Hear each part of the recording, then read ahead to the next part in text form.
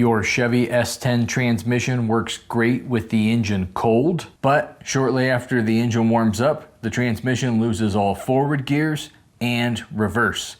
Chances are your S-10 is equipped with the GM4L60E automatic transmission. We recently released a video that you're going to want to check out as it covers more details about the symptoms, and we also cover some solutions. You can find this video on our main channel over at Southpaw Autoworks.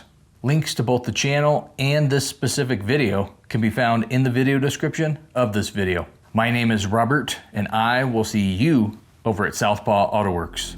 I work hard each and every day. I get lost in the words I say.